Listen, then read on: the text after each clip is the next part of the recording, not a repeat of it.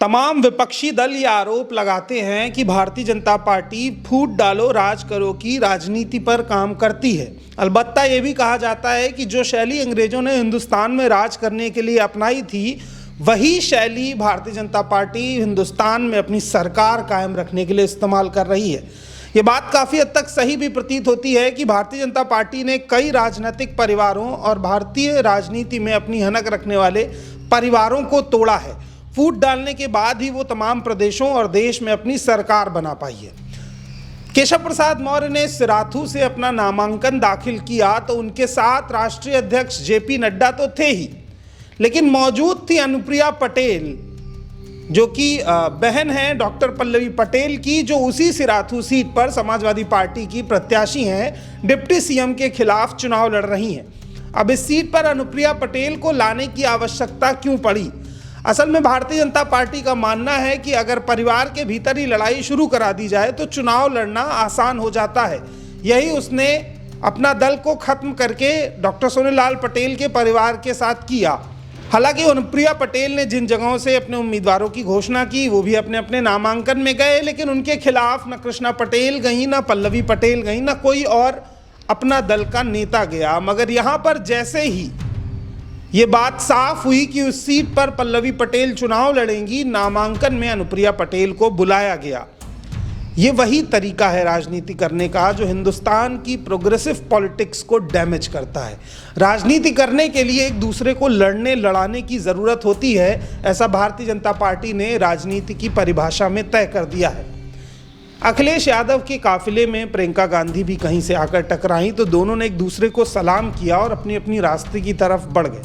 ये हिंदुस्तान की progressive politics का चेहरा है, जैसा अखिलेश यादव इस उत्तर प्रदेश में प्रेजेंट कर रहे हैं। लेकिन भारतीय जनता पार्टी हमेशा लड़ाई वाली राजनीति पर बात करती है। अब आखिर ऐसा क्यों जरूरी हुआ कि अनुप्रिया पटेल को ले जाना पड़ा? क्योंकि पल्लवी पटेल वहां से मजबूत प्रत्याशी दिखाई दे रही हैं। केशव प्रसाद मौर्य का सिराथू में बड़ा विरोध है। सिराथू में कुर्मी और पटेल आबादी भी ज़्यादा है, जिस वजह से केशव प्रसाद मौर्य को कहीं ना कहीं ये महसूस हो रहा है कि उनकी सीट जाने वाली है, उनकी सीट फंसी हुई है। इन तमाम वजहों की वजह से भारतीय जनता पार्टी इस चुनाव में अपना दल के साथ डॉक्टर सोनेलाल पटेल के परिवार के साथ कैसा सियासी खेल रचेगी, ये देखिए। इन दोनों तरीकों से पटेल को पटेल से ही लड़ा करके उसकी बिरादरी के राजनीतिक अस्तित्व को कम किया जाएगा।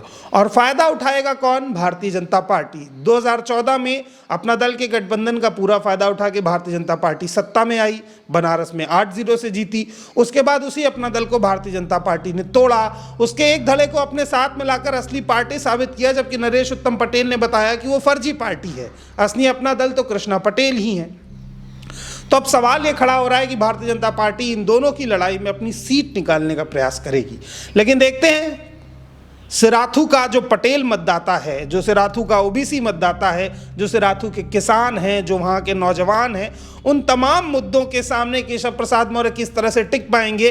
क्योंकि बीबीसी के इंटरव्यू से भागने के बाद केशव प्रसाद मौर्य की छवि सवालों के जवाब ना दे पाने वाले नेता के तौर पर बनती दिखाई दे रही है, और स्टूल मंत्री के तौर पर भी। ये वही स्टूल मंत्री का टैग है जो उनको तब मिला जब मंच पर बाकी सभी नेताओं के लिए कुर्सी और सोफे की व्यवस्था थी, मगर केशव प्रसाद मौर्य को स्टूल दिया गया। स्टूल मंत्री केशव प्रसाद मौर्य की लड़ाई तो मुश्किल है, क्योंकि उनके सामने हैं डॉक्टर पल्लवी पटेल, जो डॉक्टर सोनेलाल पटेल की बेटी हैं, और वहां कुर्मी वोट बैंक भी ज्यादा है। तो समाजवादी पार्टी की एक बेहतरीन चाल है, बड़ा दांव है, जिसके जरिए डिप्टी सीएम की कुर्सी का पेच फंसा दिया जाएगा। बाकी सभी अपडेट्स के लिए, पिछले समाज की बड़ी खबरों के लिए बोलतंत्र को देखते रहिए। चैनल को सब्सक्राइब कीजिए, बने रहिए हमारे साथ, देखते रहिए बोलतंत्र।